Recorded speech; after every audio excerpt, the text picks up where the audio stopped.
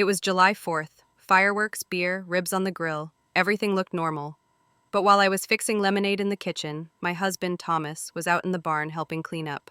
I still remember the way he looked when he came back inside, ashen, sweating, eyes wide like he'd seen a ghost. He pulled me aside, whispered, "Don't say anything, not yet. Wait until your aunt leaves." I didn't even know what was coming. 3 days later, I was sitting across from a lawyer, holding documents with my name on them, stamped, signed, and stolen. And that was just the beginning. It was the 4th of July, sticky heat, lawn chairs on the gravel, red, white, and blue everything.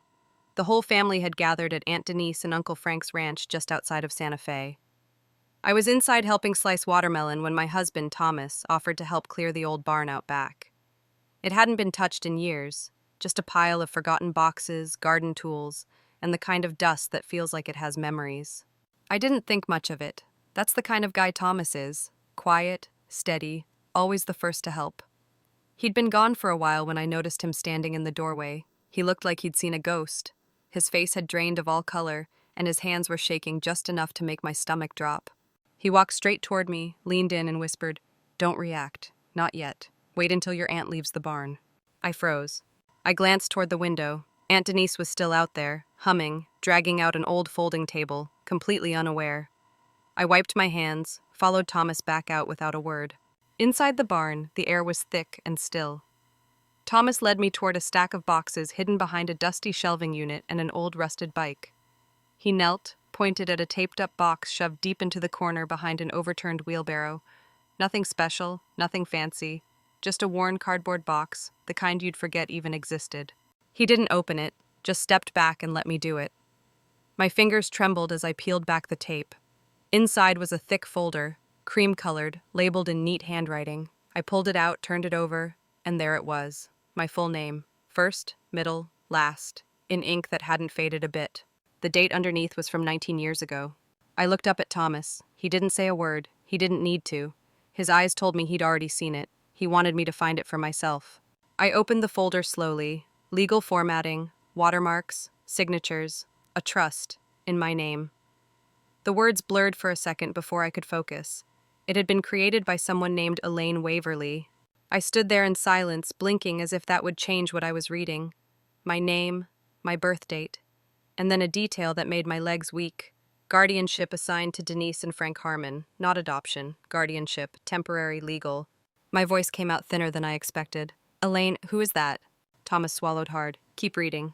I flipped the page.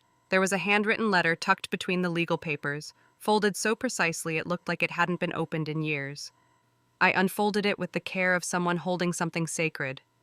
The first line hit like a gut punch. "My dearest June, if you're reading this, then the people raising you have failed to tell you the truth."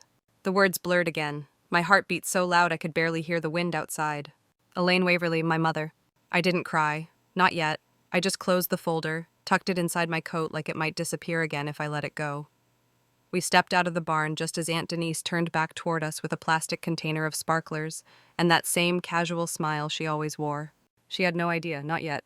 Later that night, I sat on our bed at home, the folder beside me, unopened again. I stared at the ceiling. My whole life had shifted in the span of a single sentence, quietly in the dust of an old barn. And I knew, even then, this wasn't just about inheritance or forgotten papers. It was about who I was supposed to be and who they didn't want me to become. We didn't sleep that night. The folder sat between us on the bed like it had its own pulse, radiating heat. Thomas didn't press. He just stayed close, one hand resting on my knee.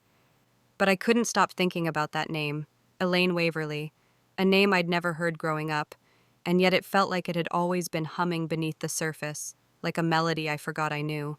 Around 3 a.m., I opened the folder again. This time, I read slower. The trust had been set up when I was 12. Elaine was listed as the grantor, my legal mother, not deceased, not unknown, not untraceable, my mother. The document said she passed when I was 13, the same year Aunt Denise and Uncle Frank took me in. Except no one had ever told me any of that.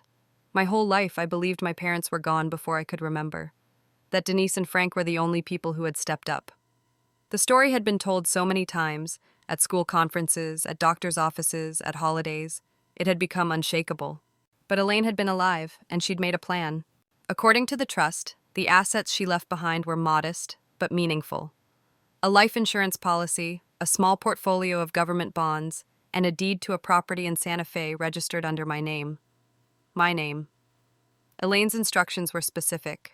The trust was to be disclosed to me on my 18th birthday, and control of the estate was to be transferred by the age of 21. I'm 31 now, 10 years too late. There was no mention of Betrayal, no shared inheritance, no joint ownership. It was all in my name, and mine alone. My hands were shaking again. I could feel the heat rising in my chest, that mix of grief and fury that doesn't even have words. And then there was the letter. Elaine's handwriting was soft and slanted, full of loops and patience. She wrote about how hard it had been to let someone else raise me, even if she knew she was running out of time. She wrote about how Denise had agreed, promised, to honor the terms of the trust. And she wrote one sentence that stuck with me like a splinter under the skin. I want you to have something that's truly yours, June, something no one can take. But they did, they took it. And for what? That morning, Thomas made coffee without saying a word. When he slid the mug across the table to me, I asked quietly, "Did you see the address?" He nodded. "The cabin near the river? I've driven by it. It's still there, vacant." That made me laugh, bitter and short. I pulled out my phone and started searching the county clerk's database. It took a while. Some pages looked like they hadn't been updated since the 90s. But there it was. The original deed filed under my full name, June Elaine Waverly, date of transfer, March 11th, 2004. Then a second deed popped up. 3 years later, the property had been temporarily entrusted to one Denise Harmon, due to financial restructuring, whatever that meant. The trail went murky after that. No public sale, no foreclosure. But according to Zillow, the land had been repurposed for a commercial structure, an event space. I felt something cold settle in my gut. Betrayal's company, Align and Thrive, had launched its flagship retreat center right around that time. Clean lines, eco-friendly, serene desert minimalism. I remembered the Instagram post. "Our dream manifested into reality," she had captioned it. I had thought she meant spiritually, not legally. Thomas saw my expression change. "What is it?" I turned the screen to face him. "The retreat center. It's built on my land." He didn't say anything for a moment, then he exhaled slowly. "So what now?" I closed the laptop. "Now we call a lawyer." Because this wasn't just family business anymore, this was theft. Dressed in yoga pants and essential oils, sure, but theft nonetheless. The letter to the attorney went out on a Tuesday morning. It was formal, measured, no emotion in the font, just a polite but firm request. Full financial accounting of all assets held in trust for June Elaine Waverly, originally filed March 11th, 2004. We didn't expect a response right away, but we didn't have to wait long. Thursday, 10:02 a.m., my phone buzzed. "Aunt Denise." "Not hi, not how are you, just, are you serious?" I pressed the phone tighter to my ear, said nothing. She laughed, but not the kind you laugh at a joke. It was sharp, dry, defensive. "You're suing us? After everything we've done for you?" I closed my eyes. There it was. That tone I'd known my whole life. The guilt-laced indignation, the hurt performance. "You wouldn't even exist without us," she said. "We took you in like our own." I finally spoke. "You didn't tell me the truth. About Elaine, about the trust, about the house. You hid everything." "We protected you," she hissed. "You were just a kid. You couldn't handle all that responsibility." I paused. "It wasn't yours to handle." And then came the voice I hadn't heard in over a year, Uncle Frank. Muffled in the background, but loud enough. "We'll fight it. She wants to burn the whole damn thing down? Fine." I took a breath. "You don't have to raise your voice, Uncle Frank." "Don't call me that," he barked. "Right, of course." There was silence on the line. Then Denise again, her voice cooler, more rehearsed. "This is about money, isn't it? I mean, let's be honest. You saw the retreat. You saw Betrayal's success. You want a piece now that things are working out." I blinked. "You used my trust fund for her business." "It wasn't that much." That stopped me. "You used my land, my money. You told me my mother was dead before I could remember, and then you built a life around that lie." "We did what we had to do," she snapped. "You think Betrayal just made it on pretty fonts and hashtags? That retreat wasn't cheap to build, and she's changing lives. She's earned it." There it was again. She's earned it. "And you," Denise added, voice dripping with pity, "you were always so fragile. We couldn't risk giving you more than you could handle. You wanted to be a painter one week, a barista the next. We gave you food, a roof, a path." "But not the truth," I said. I heard a scoff, followed by a sharp click. They'd hung up. Thomas was leaning against the hallway wall, arms folded. He didn't say anything. He didn't need to. The silence in the room was louder than anything on that call. Later that evening, I got an email. No subject line, just a single line of text. "You were never meant to be anything big, June. Be grateful we even kept you. I stared at it for a long time, didn't reply, just archived it and flagged it for my attorney. 3 days later, there was a knock on our door. I opened it to find Denise and Frank standing there, arms crossed, faces stiff. And right behind them, Brielle, dressed in head-to-toe linen, oversized sunglasses perched on her head like a crown. She didn't even say hello. Denise started talking first. We thought we'd talk like adults, like family. I didn't invite them in. I let them keep standing there in the sunlight like unwanted statues. You made your point, Brielle said, but you're not going to ruin me. My voice was calm. You used what was mine. She laughed, sharp and cold. Oh, please, you were a ghost, a placeholder. I built everything I have. And now I'm taking it back. For the first time, I saw fear flicker across her face.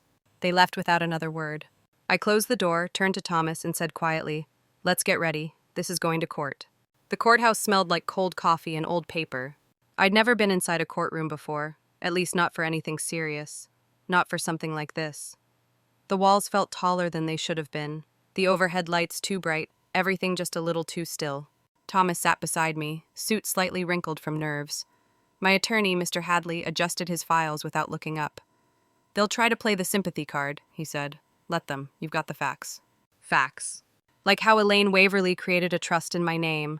Like how Denise and Frank Harmon accessed those funds illegally. Like how Brielle's flagship retreat was built, literally and financially, on my inheritance. When the judge entered, everything stilled.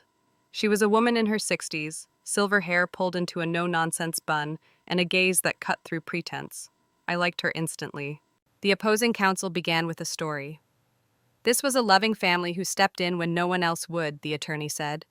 They raised June as their own. They made choices to protect her future. If mistakes were made, they were made with love. I didn't flinch, neither did the judge. My turn came. Hadley stood calmly and began to walk her through it, page by page, line by line.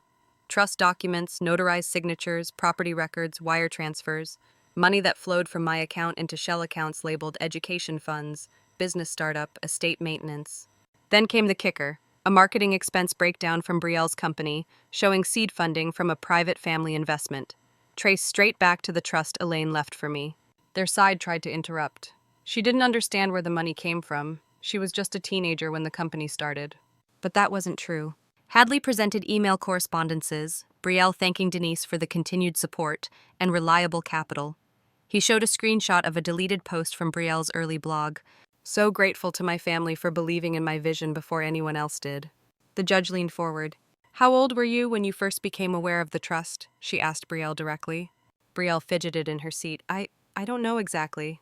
Approximate, then. Maybe 19? And you were aware it was in June's name? A pause. Yes. The silence that followed was louder than anything else in the room. That was the moment. The curtain fell. She knew. She had always known. When the judge issued her ruling 2 weeks later, I didn't go to the courthouse. I sat on our porch with a cup of mint tea while Thomas read the email aloud. The court finds that the trust of Elaine Waverly was misappropriated by the guardians and beneficiary without consent or legal authorization. The court orders the liquidation of Align and Thrive, full restitution of remaining assets to June Elaine Waverly, and suspension of Denise and Frank Harmon's guardianship status retroactively. Thomas looked up. You okay? I nodded slowly. Yeah, I think I am. I didn't smile. Not yet. It wasn't over. There was still cleanup, still loose threads, but the truth was out. They couldn't twist it anymore. Later that night, I got a message from an unknown number. It was from Brielle. Just one sentence. You happy now? I didn't respond. Not because I didn't have something to say, but because I finally didn't owe anyone an explanation. Not anymore. The day the first transfer hit my account, I didn't celebrate. I just stared at the number. It didn't feel like a windfall. It felt like something that had been mine all along, finally finding its way back. Not a jackpot, a return. Thomas stood beside me in the kitchen, watching the screen over my shoulder. You want to do something? He asked. Dinner out? Drive up to the mountains? I shook my head. I think I just want to be still. And that's exactly what we did. In the weeks after the ruling, everything around me quieted, like the world had exhaled. No more emails from Denise, no calls, not even the passive-aggressive kind. Just nothing. Brielle shut down her company. It didn't make headlines, but word got around. An Instagram post disappeared. A website redirected to a 404 error. Someone messaged me anonymously to say she'd moved back in with Denise and Frank. I didn't feel triumphant. I felt sad. Because they could have told the truth, years ago. They could have handed me the folder when I turned 18, like Elaine asked. could have honored her, could have shared. But instead, they made me feel like a guest in my own life. The last straw came quietly, the way these things always do. A week after the ruling, a brown envelope arrived in the mailbox. No return address. Inside, one of those old childhood photographs, the kind you'd frame for a hallway wall. I was maybe 7, standing at the edge of a birthday party, Brielle in the middle, blowing out the candles, Denise with her hands on Brielle's shoulders, Frank clapping, me off to the side, mid-blink, half cut from the frame. On the back, written in Denise's handwriting, "You were always on the edge. That's where you belonged." I didn't cry. I just folded the photo in half and dropped it in the trash. That weekend, we moved. We found a small house 20 minutes outside the city, nothing fancy, but it had wide plank floors, a creaky porch swing, and the kind of morning light that poured through the windows like syrup. The kitchen faced east. The windows were enormous. I remember standing in that kitchen, barefoot, coffee in hand, watching Thomas fix a loose hinge on the screen door and thinking, this is mine. No one gave it to me. No one held it over me like a debt. No one will take it away. The money wasn't all there, some of it lost to taxes, to time, to whatever shell games Denise had played over the years. But it was enough. Enough to breathe without guilt. Enough to sleep through the night without grinding my teeth. Enough to live with space. One night, I opened Elaine's letter again. It was soft at the corners now, smudged from being folded and unfolded too many times. Still smelled faintly like paper and something floral. "You deserve something that's yours," she'd written. "Something no one can take." I whispered out loud, "I have it now." I think she would have smiled at that. Later, Thomas walked in from the garden holding a small lemon sprig. "There's a nursery nearby," he said. "We could plant one." "A lemon tree?" He nodded. "For Elaine." So we did. Just a little one, tucked in the corner of the yard. Every morning I pass it, I nod like I'm saying hello. Not because I'm trying to hold on to the past, but because it's the first time in my life the past isn't holding on to me. Some nights when the house is still and the wind's moving through the lemon tree outside, I sit by the kitchen window with Elaine's letter. Not because I'm chasing closure, I think that word gets thrown around too easily. Some stories don't close, not really. They just shift, soften, settle. This one did. The letter is worn now. The crease down the center is beginning to tear. The ink is still legible, though, the handwriting looping and soft, as if Elaine had written it slowly, with care. Not like someone racing to explain, but someone planting seeds for a future she'd never get to see. "You were never a backup plan, June. You were always the story." I think that's the line I come back to most. Because for most of my life, I felt like the footnote, the tag-along, the afterthought. Standing beside Brielle's spotlight while the rest of the world squinted past me, looking for someone brighter. But the truth is, it wasn't about who shined more. It was about who was allowed to be seen. Elaine saw me before anyone else did. She didn't live long enough to raise me, but she left proof, of intention, of love, of belief in a version of me no one else bothered to imagine. And that's something Denise, Frank, and Brielle could never erase. They've stayed silent since the court ruling. No letters, no apologies, nothing from Brielle except a single Instagram post a few weeks later. Stepping back to recalibrate, healing isn't linear. I scrolled past it without a second thought. I'm not angry anymore, not in the way I thought I'd be. What they did was wrong, undeniably. But what I carried for decades, the silence, the confusion, the need to be good enough for people who were never interested in seeing me, that's what I've laid down. I used part of the money to start something small. A community studio space on the outskirts of town. Paint, clay, writing workshops. A place for people who felt invisible to create something that says, I exist. We named it Elaine's Window. Every morning before the studio opens, I stand by the lemon tree. It's taller now, its leaves catching the light in that soft, trembling way trees do when they're just beginning to trust their roots. Thomas comes out with coffee in hand, presses a kiss to my temple, and asks, "You good?" And most mornings I am. There was a moment recently, nothing dramatic, just a quiet one. I was sweeping the studio floor, wiping down the windows, when a little girl came in with her grandmother. The girl looked around wide-eyed and said, "It's so bright in here." Her grandmother smiled. "That's because someone built it to feel open." And I thought, yes, that's exactly it. I didn't win a war. I didn't burn anything down. I built something new, with my own hands, with what was mine all along. And it's enough. More than enough. So when people ask if I'd do it differently, if I'd accept the money quietly, avoid the courtrooms, avoid the hurt, I say no. Because this life I have now, it came from truth. And finally, after all those years of being edited out of the picture, I'm not on the edge of the frame anymore. I'm at the center, where I've always belonged. Sometimes the justice we seek doesn't arrive with fireworks or fanfare. Sometimes it shows up quietly, in a letter, a ledger, a lemon tree growing outside your window. What June reclaimed wasn't just money, it was identity, dignity, peace. Not the loud kind, but the kind that lets you finally breathe without asking for permission. If you've ever been overlooked, underestimated, or quietly erased, let this remind you, truth has a way of surfacing, and when it does, you don't owe anyone silence. You were never too much. You were never just the second child, the quiet one, or the one who didn't quite belong. You were always the story. You were always meant to be seen. Thanks for watching another story of strength, justice, and quiet revenge with us here on Sweet Revenge Happy Ending, where healing may take time, but the ending is yours to write.